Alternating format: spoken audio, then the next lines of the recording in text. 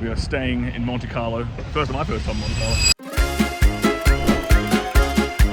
So this statue right here behind me is the Capitoline Wolf. I'm not sure how to pronounce it correctly, but that is the dire wolf that nursed Romulus and Remus, the two twins, suckling at her teat underneath.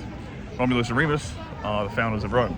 Romulus, which is the name Rome comes from, was the first king of Rome, and he actually killed his twin brother Remus when he was taking the throne.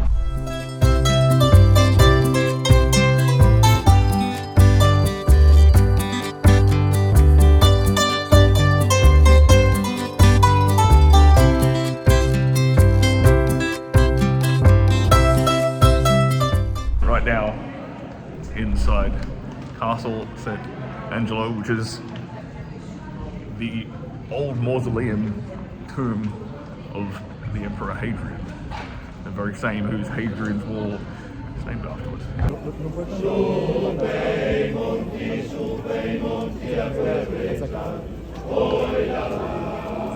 You'll notice that what this lady is holding right here in her hand, a bundle of sticks with ropes twined around them.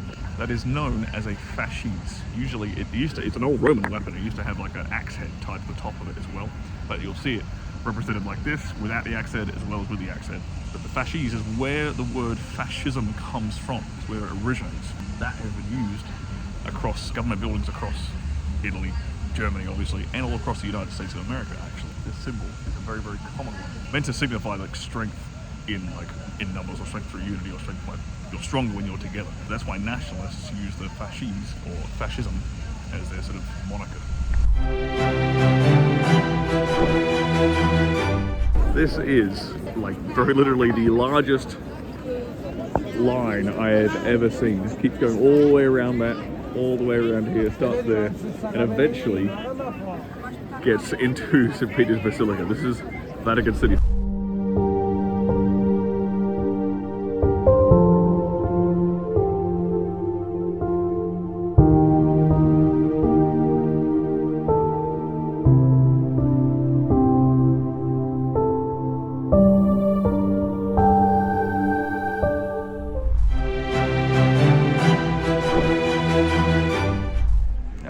We have a very recognizable monument. It's the Leaning Tower of Pisa.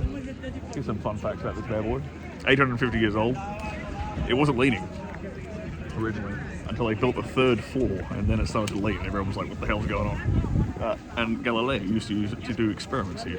I think he used to throw stuff off the top of it. Drop that sucker. Yeah.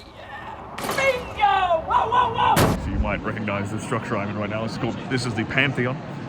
One of the most iconic places here in Rome. It is absolutely incredible. There's no glass there, by the way. It's just a hole in the roof. So this place is entirely naturally lit. 2,000 years old, or older than 2,000 years.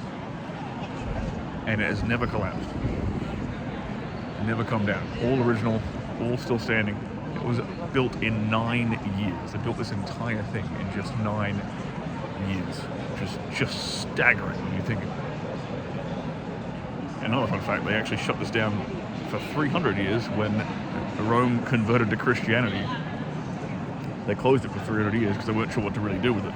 And then 300 years later, they opened it up again and turned it into a basilica, which is why now there's all basically effigies to Christ and saints and crosses everywhere. Before that, this was the first place that people ever worshipped indoors. Prior to that, temples and places where they would worship outdoors. This is the first time they ever did that. Truly, truly spectacular. And all these columns that we have around the outside of the Pantheon, these all actually came from Egypt. They were, what's a polite way of saying it?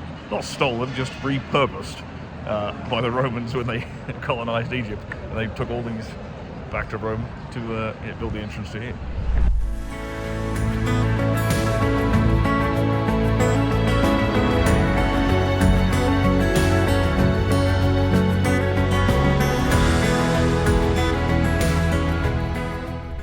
So behind me you'll see on this fountain an obelisk. There's a couple of them around here in Rome. the Romans, these are actually original Egyptian obelisks, because the Romans, again, repurposed 9 original obelisks from ancient Egypt and brought them back to Rome. There's only actually 1 such obelisk still remaining in Egypt, but there's 9 here in Rome, because the Romans were like, we're taking that.